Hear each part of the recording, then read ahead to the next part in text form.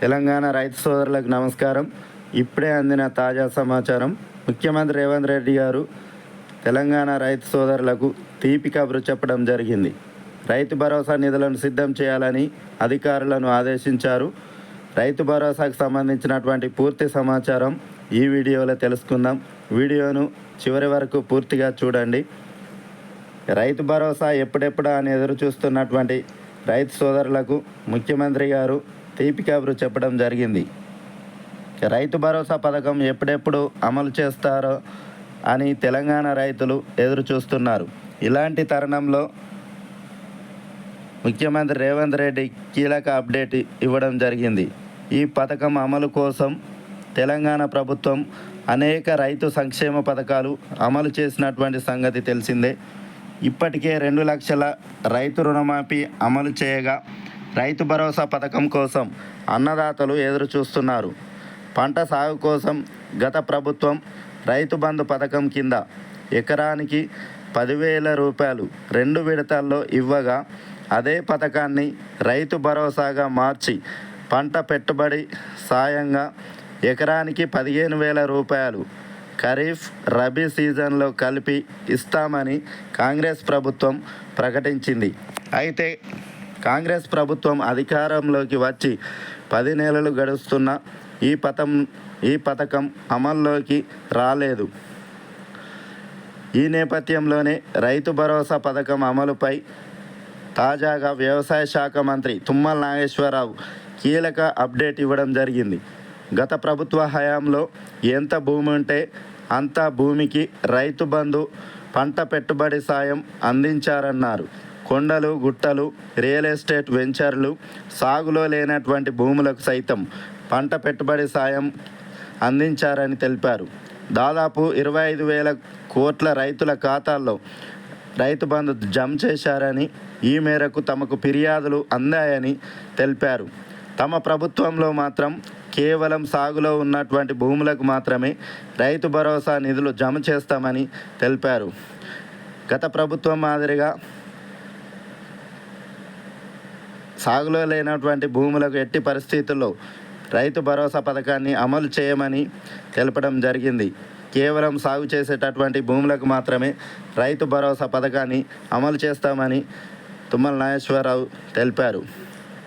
అందుకోసం ఈ రైతు భరోసాకు సంబంధించి ముఖ్యమంత్రి రేవంత్ రెడ్డి గారు కేబినెట్ సబ్ కమిటీని వేయడం జరిగింది. ఈ కేబినెట్ సబ్ కమిటీ రైతుల నుంచి, రైతు సంఘాల నుంచి సలహాలు సూచనలు స్వీకరించడం జరిగింది. రైతు భరోసా పథకానికి సంబంధించి విధి విధానాలు రూపొందించే పనిలో నిమగ్నమై ఉంది కేబినెట్ సబ్ కమిటీ.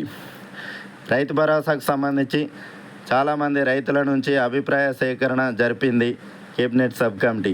చాలామంది రైతులు 10 ఎకరాల లోపు ఉన్నటువంటి రైతులకు మాత్రమే రైతు భరోసా పథకాన్ని అమలు చేయాలని ప్రభుత్వానికి కేబినెట్ సబ్ కమిటీకి తెలపడం జరిగింది. ఈ కేబినెట్ సబ్ కమిటీ రైతు భరోసాకు సంబంధించినటువంటి విధి విధానాలను రూపొందించే పనిలో నిమగ్నమై ఉంది.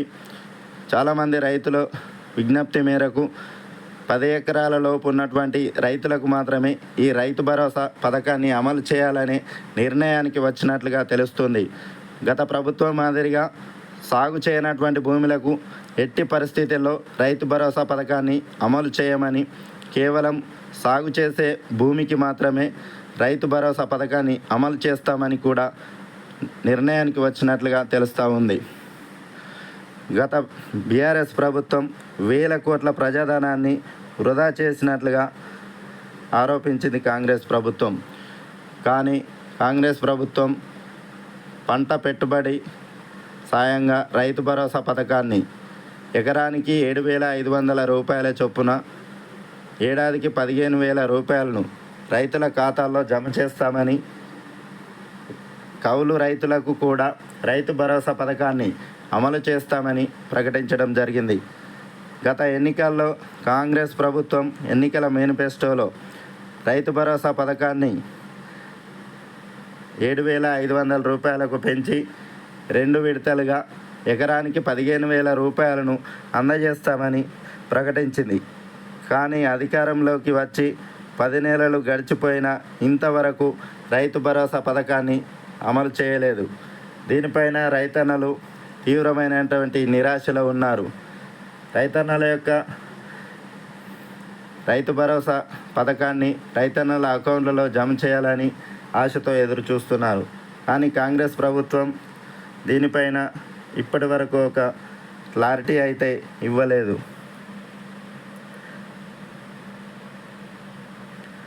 కేబినెట్ సబ్ కమిటీ విధి విధానాలను రూపొందిస్తామని చెబుతూ వస్తుంది.